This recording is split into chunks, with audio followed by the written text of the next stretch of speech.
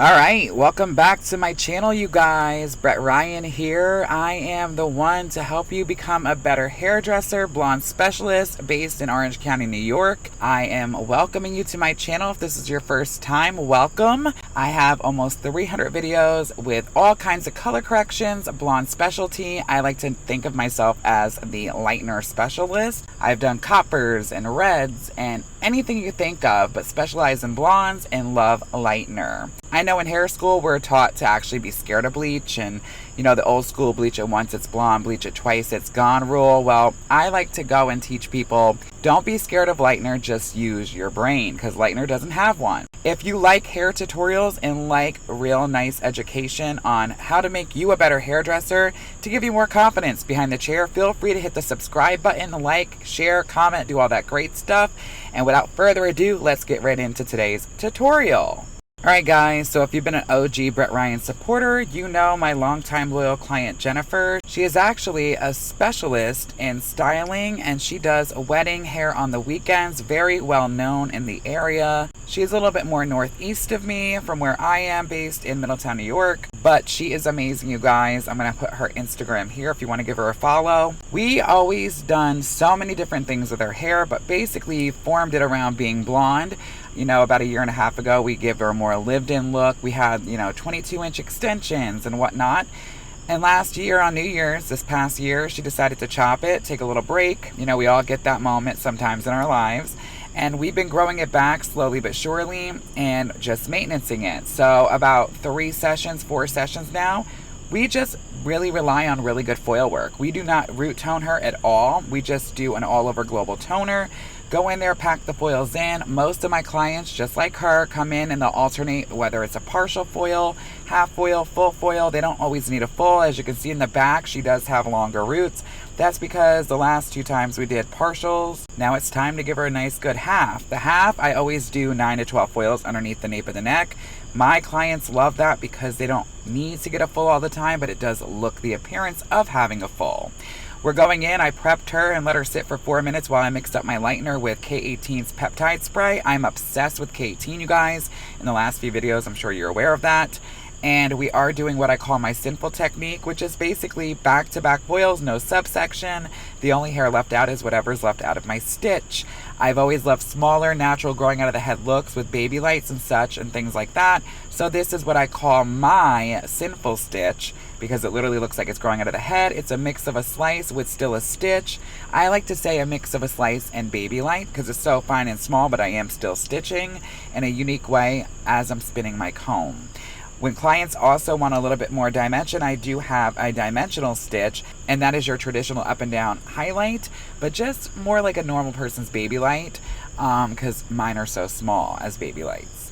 My lightener formula is Schwarzkopf Blonde Me. If you've been an OG Brett Ryan supporter as well for a long time, then you would know throughout the years I've had such a love-hate relationship with Schwarzkopf Blonde Me. By far the strongest, most gentlest lightener. However, it's so hard to control some of the swelling and leakiness, and it's just a mess, but I'm trying to crack the code.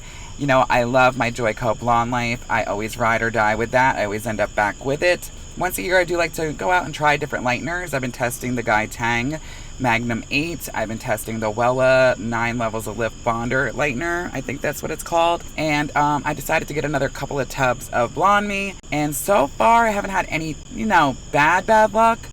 I've had foils puff out a little bit, but not really bleed or anything.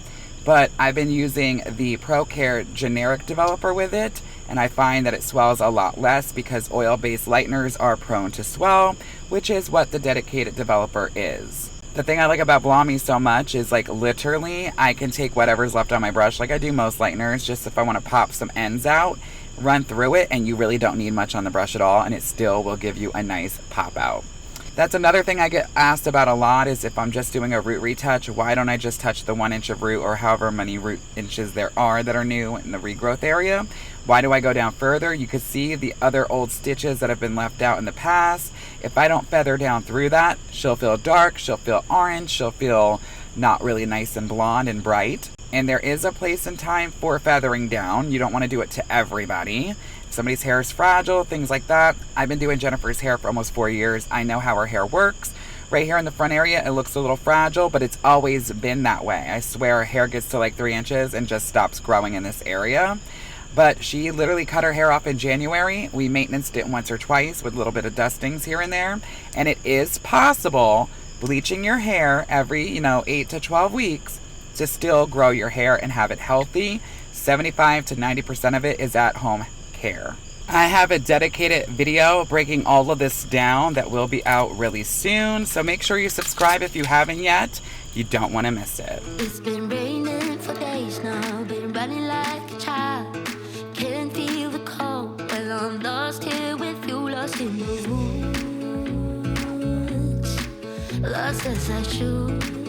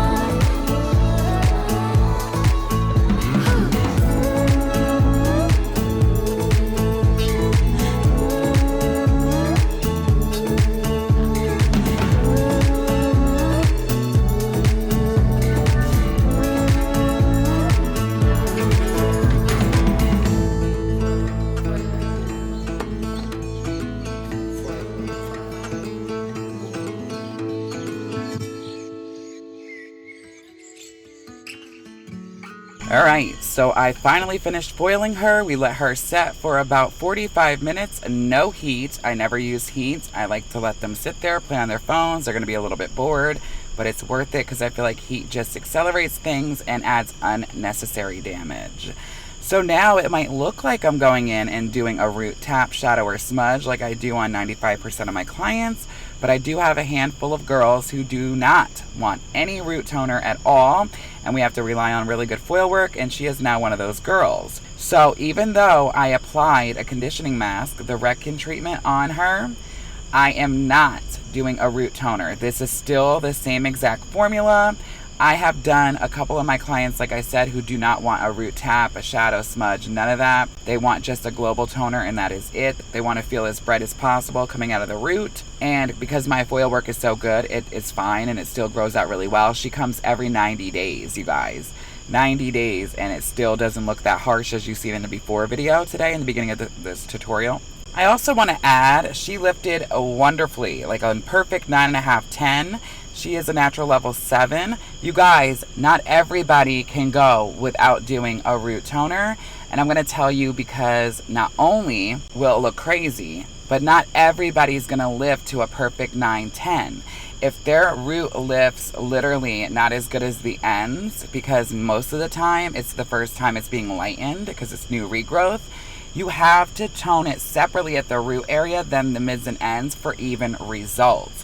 So if she lifted to an 8 and her ends are a 9, I have to tone it with that 8. If I don't, the 9's not going to do anything, and then she's going to be yellow-orange in the root area. So many people leave the salon walking around like this, and it drives me insane. Think about an all-over color. If you got to do somebody's root and then their mids and ends, the mids and ends are going to get treated differently than the root area. So you have to do it for even results. Even if you're not doing necessarily a root shadow kind of a look, you got to do it for even results. So what I like to do, however, in my learning experience, I don't want to just rinse them off at the bowl, throw the global toner all over, and that's it. If it's somebody I'm not really overlapping, like I did not overlap her ends like that today, so those ends are already getting healthier, they're getting a little bit more orange and brassy, and she does want to feel a little bit refreshed and still feel brighter.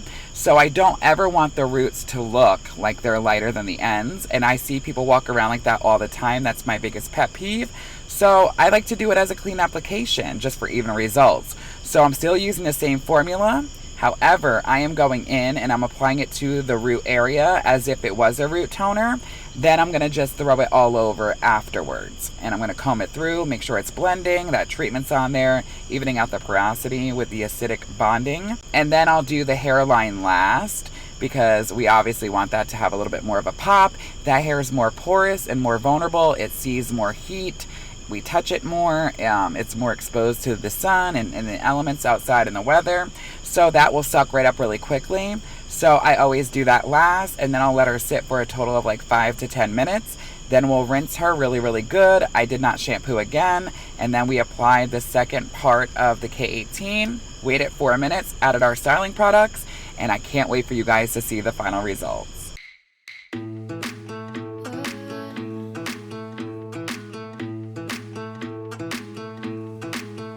It's been raining for days now, been running like a child.